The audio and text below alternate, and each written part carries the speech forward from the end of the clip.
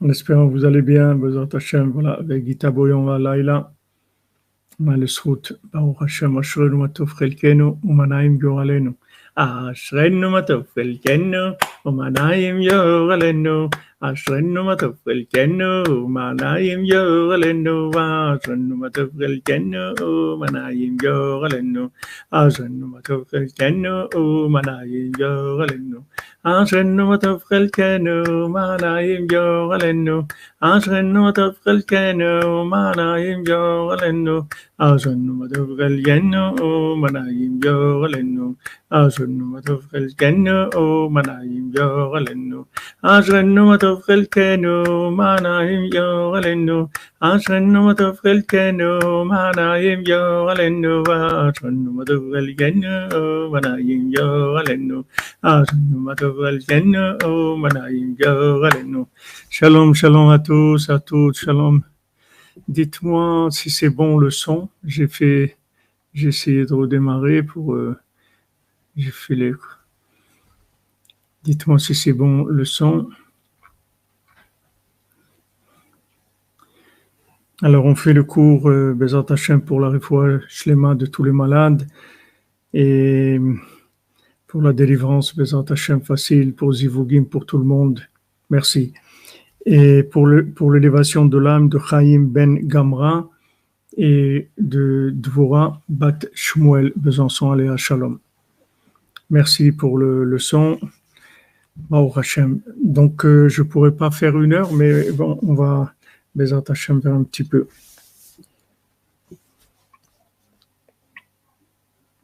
Alors Rabbi nous dit la vol ashirut azot ou à l'idée prinat tikune atik prinat aichut yamim.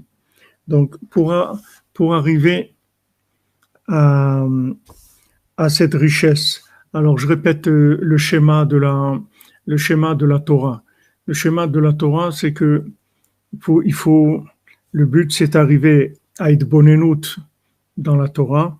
Idbonenut, ça veut dire approfondissement dans la Bina, c'est-à-dire approfondissement qui permet un lien de plus en plus parfait entre la Torah et la réalité. Ça, c'est Idbonenut Be'amkut Torah, c'est-à-dire qu'on trouve des enseignements qui sont de plus en plus adaptés à nous. Alors, pour arriver à cette Idbonenut, approfondissement dans la Torah, on va le traduire comme ça, et on a besoin de richesse. C'est pour ça que tous les tzadikim qui ont mené la Torah, ils étaient riches. Maintenant, pour arriver à cette richesse-là, il faut faire se garder de tout ce qui est attraction de beauté superficielle. Donc, quand on se garde de ça, on a la ira, on a la crainte. Maintenant, la crainte elle-même, elle va se révéler par le fait qu'il y a des femmes enceintes, des femmes qui stériles, qui vont pouvoir être enceintes maintenant, qui vont pouvoir avoir des enfants. Quand ces femmes-là qui étaient stériles ont des enfants, ça révèle la crainte. Maintenant, comment ces femmes-là qui étaient stériles, elles vont avoir des enfants? Par le fait qu'on va réveiller les gens qui étaient endormis. Maintenant, quand ils étaient endormis, qu'est-ce que ça veut dire? Ça veut dire qu'ils n'étaient pas conscients de la puissance de la parole, de la puissance du dialogue. Quand ils vont être conscients de la puissance du dialogue, ça veut dire qu'ils sont réveillés. Quand ils prennent conscience de la force de la parole, de la prière, de la communication, alors ça s'appelle quelqu'un de réveillé. Maintenant, comment on va réveiller quelqu'un qui est endormi? Par les Sipurim Asiot, par les contes des Shanim Kadmoniot, par ces contes qui portent en eux la Torah la plus élevée qu'il y a eu dans le monde et qui est habillée dans des contes parce qu'elle ne peut pas se révéler de façon logique, elle est trop élevée pour avoir un accès du cerveau. Comme la Megillat Esther. La Megillat Esther, il n'y a pas du tout le nom de Dieu dedans. On ne voit pas à aucun moment le nom de Dieu, parce que en fait, toute la Megillat Esther, c'est le nom de Dieu lui-même. Mais seulement, il est raconté, ça vient sous forme d'histoire. C'est-à-dire, sous forme d'histoire, on va arriver à parler des choses des plus élevées qui est, sans qu'elles soient accessibles par le cerveau. Donc, elles vont directement aller dans le cœur et elles vont réveiller le cœur de manière à ce que la personne elle puisse prendre conscience de la force du dialogue et qu'elle puisse commencer à dialoguer. Alors, on est en train d'étudier l'explication du Rav de Tchérin sur la Torah 60. Alors, Rabbeinu, il dit, la volée hashirut azot ou aliyede prinat tikune atik prinat arichut yamim. Donc, maintenant, cette richesse-là, on y arrive par tikune atik arichut yamim, c'est-à-dire longévité. Agam ki advarim niflaim meitanu kamuva. Bien que ce sont des choses qui nous dépassent, qui sont très élevées. Afal kiken efshar de rotzelomar gamzot. On peut dire que ça veut dire ça aussi, c'est-à-dire le Rav de Tchérin, David Ben Elza, Bezat Hashem. Bezat Hashem, Refoua Shlema, David Ben Elza. Que Bezat Hashem, Besrout Rabbeinu, Bezat Hashem, que tu Refoua Shlema, David Ben Elza. Alors on va faire un pidion tout de suite, c'est le mieux de faire un pidion pour ça. יהי רצון מלפניך שהומתקו הדינים והגבורות הקשות מעל דוד בן אלזה על ידי פלא עליון שהוא חסדים גדולים ורחמים גמורים ופשוטים שאין בו תערובת דין כלל אמן בזכות רבנו נחמן בן פייגה זכות להגן עלינו כל ישראל אמן. רפואה שלמה, que tout se passe bien Bezat Hashem. Alors le Rav de Tchérin il dit voilà, bien que maintenant on peut pas dire qu'on comprend vraiment les paroles de Rabbeinu, mais il dit que on peut dire ça aussi. C'est-à-dire que maintenant, en fait, c'est l'attitude de tous les enseignements qu'on doit avoir par rapport à tous les enseignements de Rabbeinu. C'est que comprendre les enseignements de Rabbeinu, c'est comme si pour Mosiot, tout ce que Rabbeinu l'a enseigné, c'est comme les contes. C'est-à-dire, les Amito, on ne comprend pas. Mais on peut toujours dire une explication qui sera inclue dans l'enseignement. Donc, Afal Piken, Efshar, Derotzelomar Gamzot. Il dit bien que maintenant, c'est des choses Niflaim Meitanu, des choses qui sont très élevées, qui sont au-dessus de nous, qui nous dépassent. Mais on peut dire aussi qu'il veut dire ça aussi. על פי המבואר בזוהר ויקרא דף כ"ה על פסוק הרעיפו שמיים ממעל בעניין דמזונה לאו בזכות התליה שהוא בחינת שמיים אלא ממעל ודאי מעתיקה קדישה כעתיה. Que maintenant le Zohar il dit dans le Zohar Vaikra sur un pasuk, sur un verset dans Yeshaya au sujet de mezone lav b'zchut talia, que la parnassa, elle ne dépend pas du mérite de la personne, Cheu Prinat Shamaim, qui est le principe de Shamaim. Shamaim, ça veut dire que maintenant, ça dépend du ciel, ça dépend du mérite de chacun. Donc, la parnassa, elle ne dépend pas du mérite. Et là, Mima'al Vadai, Me'atika Kadisha Kaatia. Mais ça vient d'au-dessus, ça vient de Atika Kadisha, ça vient de l'ancien, de la mémoire ancienne, c'est-à-dire des endroits les plus élevés. Maintenant, dans une explication du Zohar qui s'appelle Mikdash Melech, il explique Mazala Kadisha de Arich. Il explique que le Mazal, ça s'appelle Kadisha de Arich, c'est-à-dire c'est la sainteté de Arich Anpin, du visage long d'Hachem. Ain Sham Gam Beparashat Achare. Ashlech al Hashem Yavecha veuchal kelecha. Maintenant, c'est écrit Ashlech al Hashem Yavecha veuchal kelecha. Jette sur le mot à mot, ça veut dire rejette, remets sur Dieu ton existence veuchal kelecha. Et lui, il va te donner la parnassa.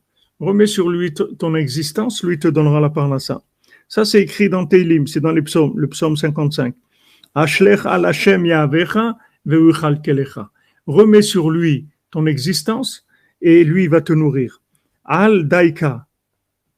Pourquoi c'est écrit Ashlech al Hashem? Al Hashem, ça veut dire sur Hashem, ça veut dire comme au-dessus d'Hashem.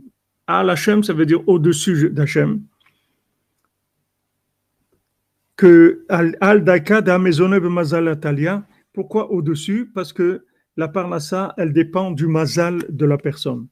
Ou Peresham Gamken, Bemigdash Meler, Vain Gam, Beidrazuta, Gamken Bianaze, Vain Lekaman, Beotet, Shetiknu, pardon, Shetikune Atik, ou Prinat Adikna, ou Prinat Minha Metzar. Que maintenant, Tikune Atik, c'est-à-dire ces tikunim, ces réparations qui viennent d'endroits très élevés, c'est le principe de la barbe qui est Mina Metzar, qui vient du Mina Metzar, de l'étroitesse, je t'ai appelé Hachem. Aneni Bamechav, réponds-moi dans la largesse. Je t'ai appelé dans l'étroitesse, réponds-moi dans la largesse, c'est Ktsara. Pourquoi? Parce que la barbe, elle est Ktsara milemala, Vacharkar olechet umdrachevet. La barbe, elle commence courte, étroite, puisqu'elle commence à la taille du menton, et après, plus elle est longue, plus elle s'élargit. Chez Zeprina Tarichut Yamim, que ça, c'est le principe de la longévité dont on a parlé, de faire grandir les jours en sainteté, c'est-à-dire d'élargir les jours. Donc la barbe, dans les sodotes, même on le voit physiquement, elle représente ça, c'est-à-dire que ça commence et merci Jean-Luc, décharge-toi sur Dieu de ton fardeau, il prendra soin de toi, jamais ne laisse vaciller le juste. Amen, amen, merci. Donc la barbe commence étroite, la taille du menton, après elle s'allonge et elle est plus large. C'est-à-dire que maintenant on allonge, on élargit les jours à chaque instant.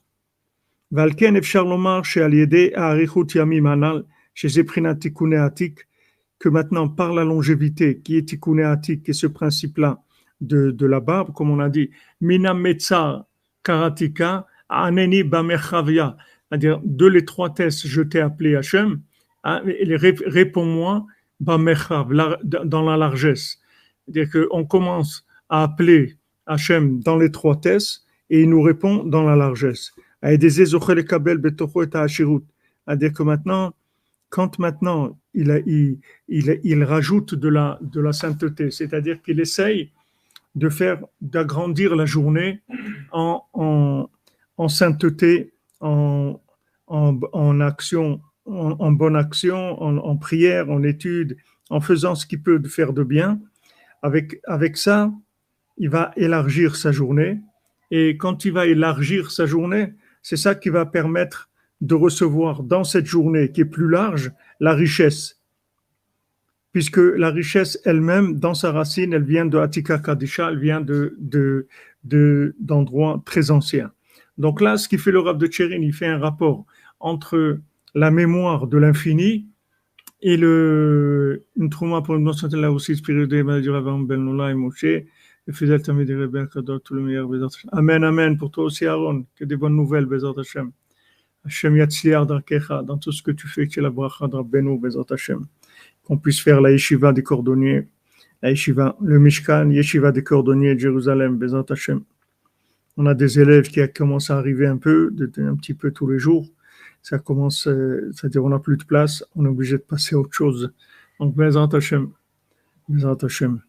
Donc maintenant, ici, le Rav de Tchérin, il fait un rapport entre la mémoire et entre la mémoire et la richesse. C'est-à-dire que maintenant, plus tu vas faire un tri dans l'imagination, c'est-à-dire que tu vas pas te faire attraper par le côté cinématographique, le côté hollywoodien de la vie, mais tu vas chercher les messages, tu vas chercher l'essentiel dans la vie, là où il y a le message essentiel d'Hachem, c'est-à-dire tu vas chercher la mémoire qui est la présence d'Hachem absolue dans le relatif, ça s'appelle le tri du Médamé, comme Yosef, quand il interprète le rêve à Paro, il fait le tri du Médamé, c'est-à-dire il lui explique ce que chaque chose elle veut dire d'après l'essentiel. Et quand tu vas vers ça, c'est ça ce qui s'appelle élargir ta journée. C'est-à-dire chaque chose qui vient vers toi, tu l'interprètes pas comme étant un problème qui vient de celui-là ou de l'autre ou de ci ou de ça. Tu l'interprètes que c'est Hachem qui envoie ça et que maintenant ce message-là, il veut te dire quelque chose. Si tu sais l'interpréter, tu l'interprètes pas, tu l'interprètes. Si tu sais pas l'interpréter, tu as la foi que ça vient d'Hachem. Ça aussi, c'est une interprétation, comme il dit Rabbi Nathan. Alors maintenant, quand tu fais ça, c'est-à-dire que tu interprètes ta vie comme étant des choses qui viennent d'Hachem. Tu fais le Berurah Medamé, c'est-à-dire que tu vas au-delà du côté cinématographique. Ça te fait monter dans l'absolu, que tout vient d'Hachem, tout est Echad. Et à ce moment-là, tu reçois la richesse dans ce concept-là. C'est-à-dire ce concept-là lui-même, il t'amène la richesse. C'est ce qu'il dit le Rav de Tchérin ici. Alors maintenant, dans le passage dans le passage Gimel dans la Torah, on a vu Tefiref Kesheratsu Lukanes Lesham, Irgishuzot Aliede, Shitulu Agish Lefiere Godel Kedushatam Yofi Anashim. Donc on voit que Abraham et Yitzhak, quand ils ont été en Égypte, ils ont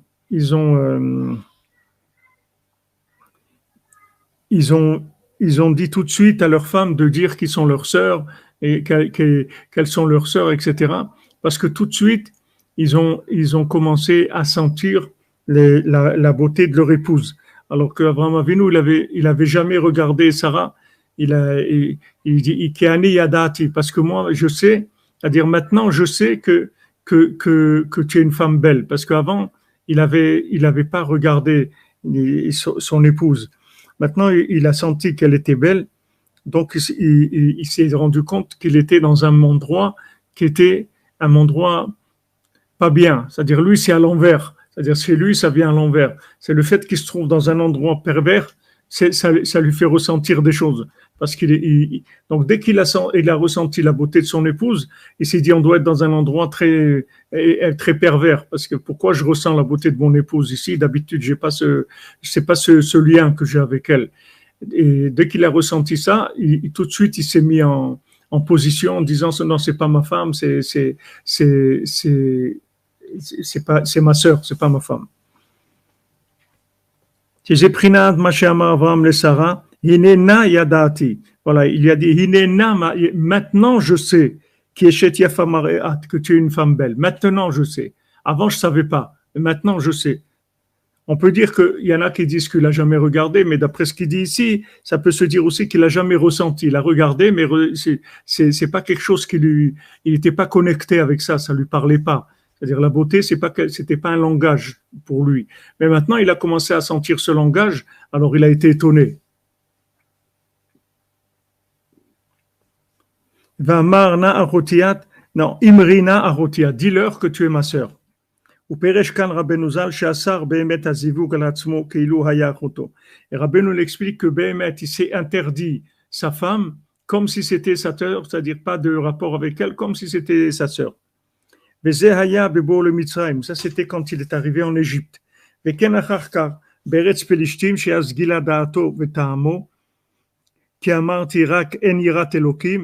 après, quand il est arrivé chez les Pélishtim, à ce moment-là, il a révélé quelle était la raison pourquoi il avait cette attitude, qui a menti Raken Yirat Elokim, parce que j'ai dit, dans cet endroit-là, il n'y a pas de crainte d'Hachem.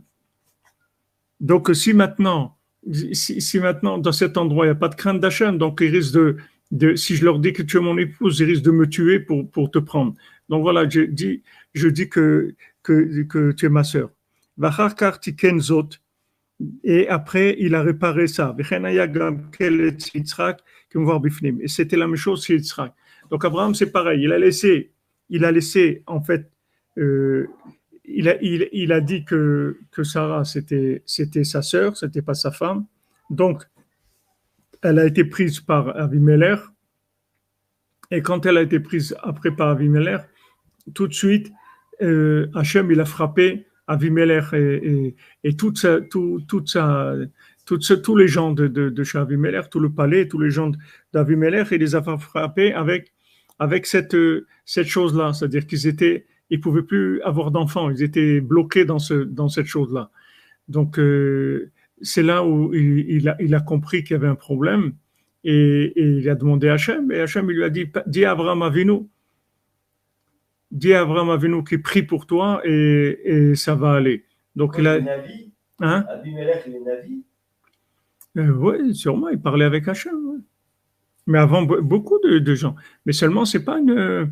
Hachem, il se manifeste pas eux de façon visible, mais il se manifeste, bien sûr. Bien sûr. Bilam, il parlait avec Hachem.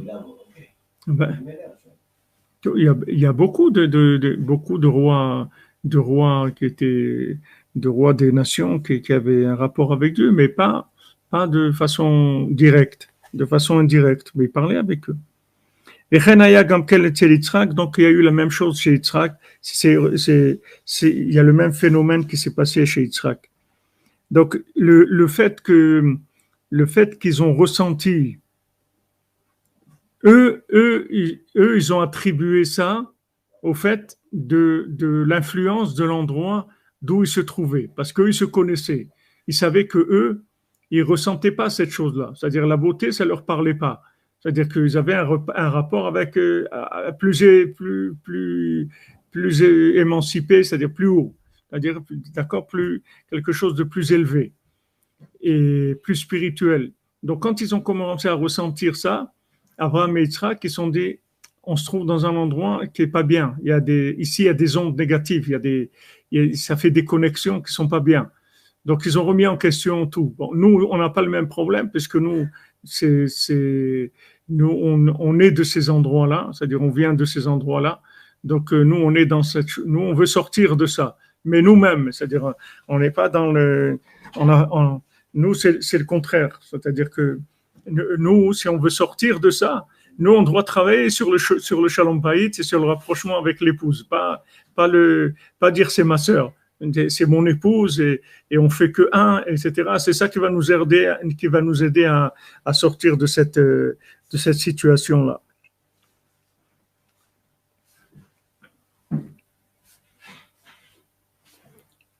Alors, Rabbeinu dit dans le passage Vav, il amène un passage qui vient de Habakkuk, du prophète Habakkuk, Bekerev Shanim Hainu Prinat Masiot Sheshanim Panim Shem Ain Shanim.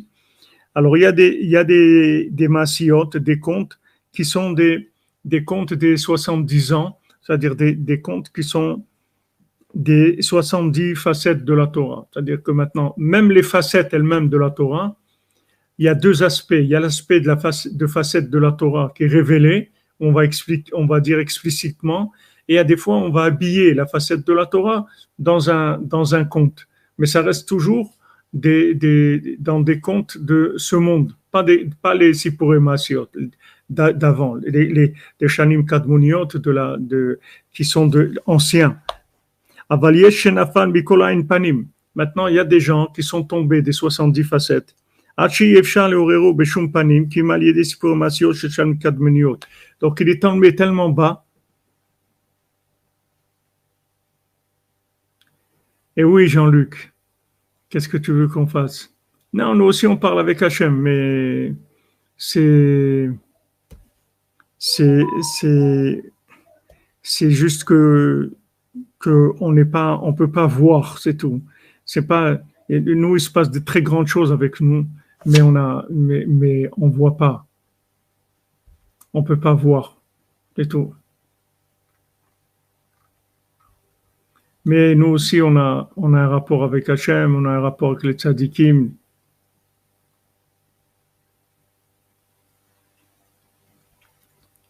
Inversion entre la révélation de la beauté de Sarah et la richesse de Gdusha. Oui, c'est tout à fait, puisque ce que Rabbeinu il dit, que si on veut la richesse, alors il faut sortir de ça.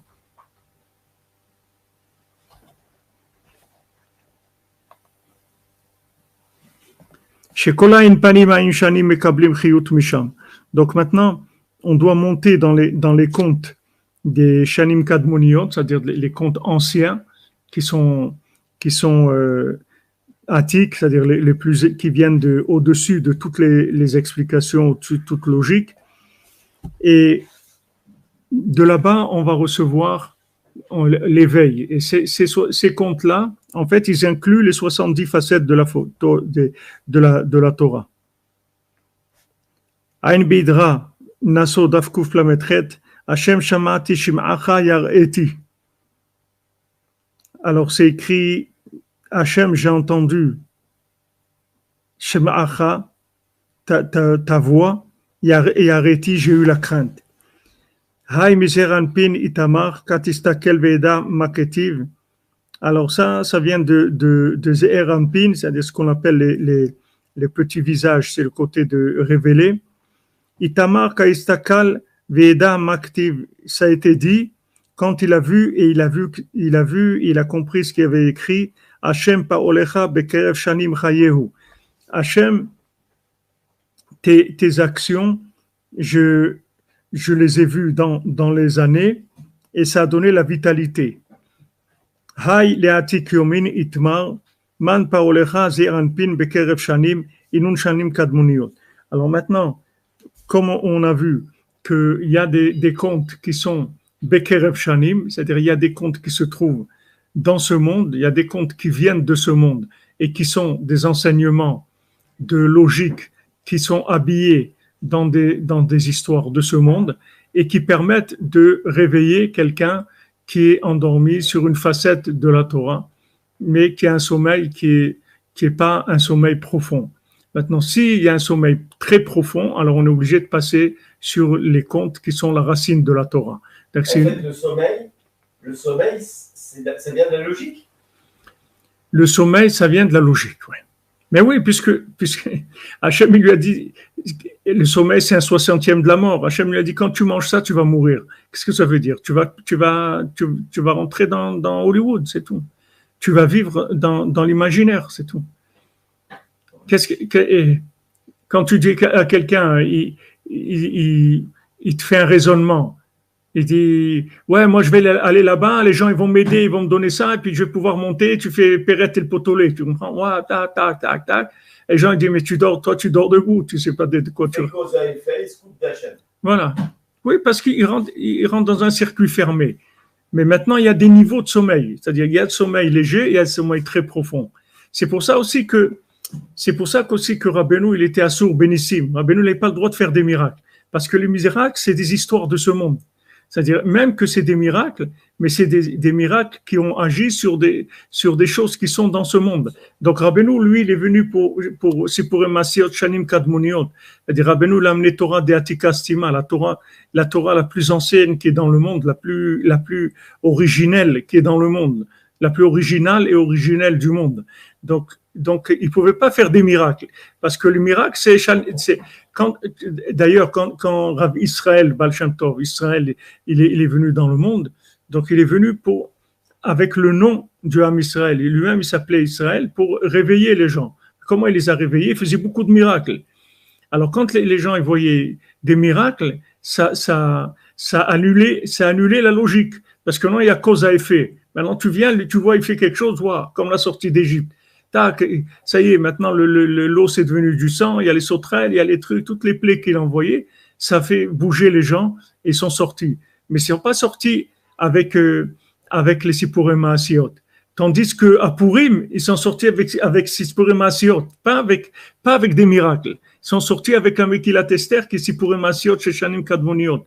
Donc comme Rabbeinu, lui, il est venu pour amener cette mémoire-là, il ne pouvait pas utiliser la méthode miracle. Parce que la méthode miracle, c'est des flashs qui sont momentanés et qui sont momentanés aussi qui réveillent des gens qui sont à moitié endormis.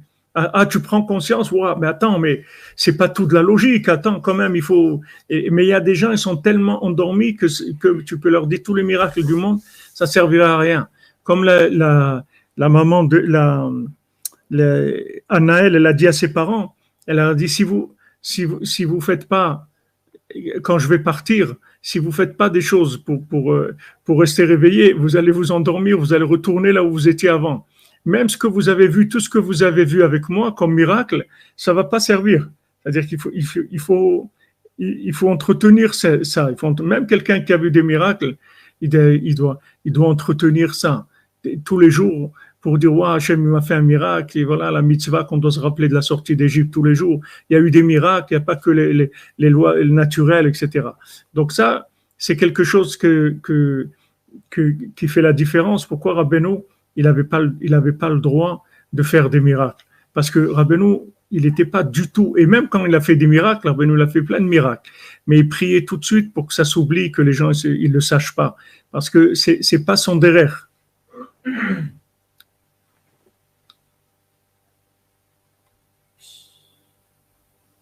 Bezat Hashem, Delphine Mouli, qu'Hachem vous aide, que vous arriviez à remettre toute votre existence entre les mains d'Hachem et ne pas forcer les choses. Shalom, entreprise Emounel, ça fait longtemps qu'on vous a pas vu, les lions de Lyon. Exactement. On n'a pas besoin de miracles, on a besoin de la connexion avec Hachem et Rabbeinu. Mais pour ça, il faut être réveillé. Maintenant, le miracle, c'est un réveil pour des gens qui ne sont pas très endormis. Ça rattrape la personne, même si elle n'est pas très, mais qu'elle ne soit pas trop endormie. Mais si elle est plus endormie, alors il faut sortir les remèdes de l'éveil de haut niveau, qui sont les contes. Donc les contes eux-mêmes, c'est beaucoup plus haut que tous les miracles qu'il puisse y avoir. C'est-à-dire la racine après, c'est-à-dire les contes eux-mêmes, ils vont pouvoir agir dans le monde et faire des miracles. Comme Sarah, maintenant, elle a un enfant à l'âge de 100 ans. Ça vient des Sippurim Maasiot. C'est comme ça que les femmes stériles, elles peuvent avoir des enfants. Mais seulement, ça se manifeste pas dans ce monde. C'est les contes, ils sont dans un autre monde, mais ils travaillent sur tout ce monde, puisque c'est la racine de la Torah. Donc tout ce qui va se passer dans ce monde, ça va venir des 13 contes que Rabbeinu l'a dit. Seulement, on va pas voir des miracles qui sont des changements interactifs dans ce monde. C'est dans la racine que les choses vont changer. Exactement. Et donner la conscience d'Hachem. Il est Rabbeinu. Ah, Rabbi Nachman, le réveil du monde. Razak, un beau nom. Hein? Razak.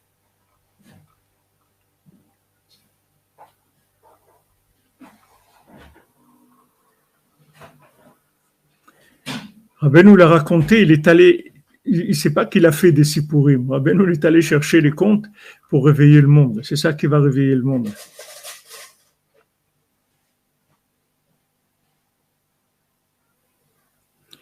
Merci Albert Bank, Razak, bienvenue chez Rabbeinu, bienvenue. Rapprochez les autres. Donc si on résume, il faut s'en remettre à Hachem et mettre la logique de côté. C'est ça, se réveiller. Ouais, être réveillé, c'est ça. Parce que rentrer en communication avec Hachem. L'écouter Moharan, c'est Chayabataron, c'est aussi comme les Sippurim Maasiot, mais sous une forme plus logique. Mais c'est aussi. Et Madame Rachel Lévy, j'ai annoncé hier que je faisais le cours plus tôt parce que j'ai un rendez-vous, je suis obligé de partir tôt.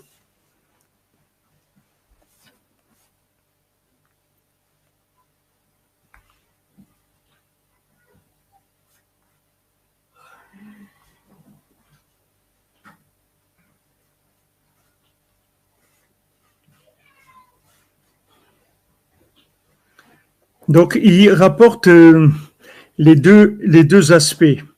Les deux aspects, c'est-à-dire qu'il y a des contes qu'on raconte qui vont rétablir qui vont faire le tri dans la logique de manière à ne pas laisser la logique dominer. Donc ça, c'est le sens de toutes les agadotes qu'il y a dans le chasse, dans la Gemara, à chaque fois qu'il y a des histoires, qu'on raconte des histoires dans le Talmud. Ces histoires-là du Talmud, elles sont là pour adoucir, elles vont servir de remède au danger de sommeil qu'il y a dans la logique. C'est-à-dire la logique, c'est un sommeil, c'est-à-dire c'est tourner en circuit fermé. Ouais, j'ai compris, je vais faire ça, il va y avoir ça, je vais aller là-bas, je vais trouver ça, je vais faire ci, Tout ce système de fonctionnement-là, c'est un système d'endormi. C'est-à-dire qui pense que et Hachem, il a fait ça pour que les gens ils puissent exister, parce que sinon, quelqu'un qui a pas un système comme ça, il va pas pouvoir vivre. Il faut un minimum qu'il y ait des lois naturelles. Mais ces lois naturelles sont fausses, en fait. Elles sont hollywoodiennes. Béhémet, il n'y a que Hachem. Et Hachem, il peut tout changer. Et Hachem, il peut tout faire, tout le temps. Et maintenant, on commence doucement par des contes de miracles de ce monde. on va raconter des miracles qu'il y a eu dans ce monde. Et ça va réveiller des gens qui sont pas trop endormis. Mais des gens qui sont très endormis, on peut pas leur parler de ce monde du tout, ça va pas les réveiller. Il faut le mendiant aveugle, il faut quelqu'un qui a rien à voir du tout avec ce monde. Rien du tout. Il se rappelle de tout, mais il se rappelle de rien. C'est-à-dire, il y a aucune mémoire de quoi que ce soit de ce monde, il y a aucune trace, aucune emprise de quoi que ce soit de ce monde dans son enseignement. Ça vient tout de l'autre monde. Il n'y a rien. À ce moment-là, ça peut réveiller. Bon, Hachem, la Côte d'Ivoire, se rapproche de Rabbeinu. Razak.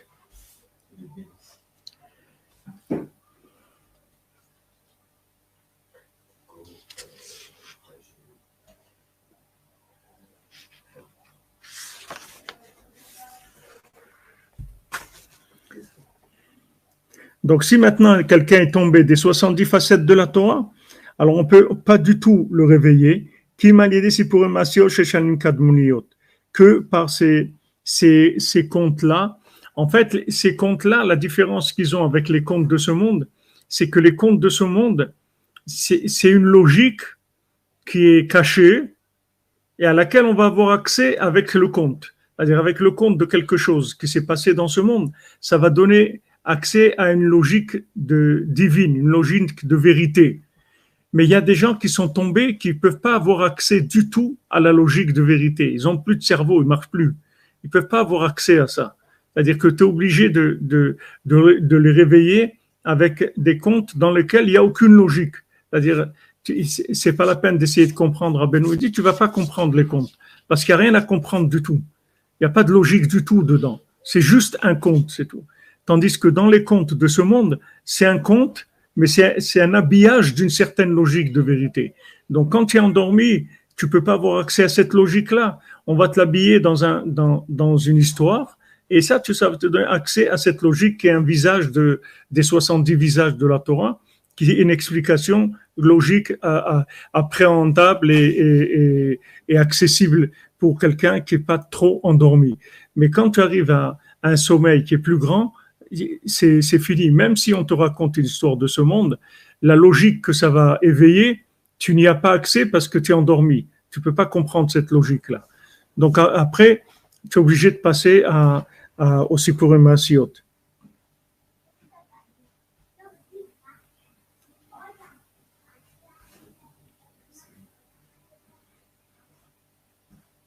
Voilà les amis, je suis désolé, je dois partir, j'ai un rendez-vous. Et Bezrat Hashem, on se retrouve à 4h, Bezrat Hashem pour Sipurim Maasiot. Excellente journée, excellent après-midi, que des bonnes nouvelles. Merci Emounel. Bracha pour la connerie, dis un grand merci à Rabbeinu, un grand merci à Besançon, un grand merci à Rabif. Amen, amen. Emounel, Hashem vous bénisse. Amen, amen, merci bien.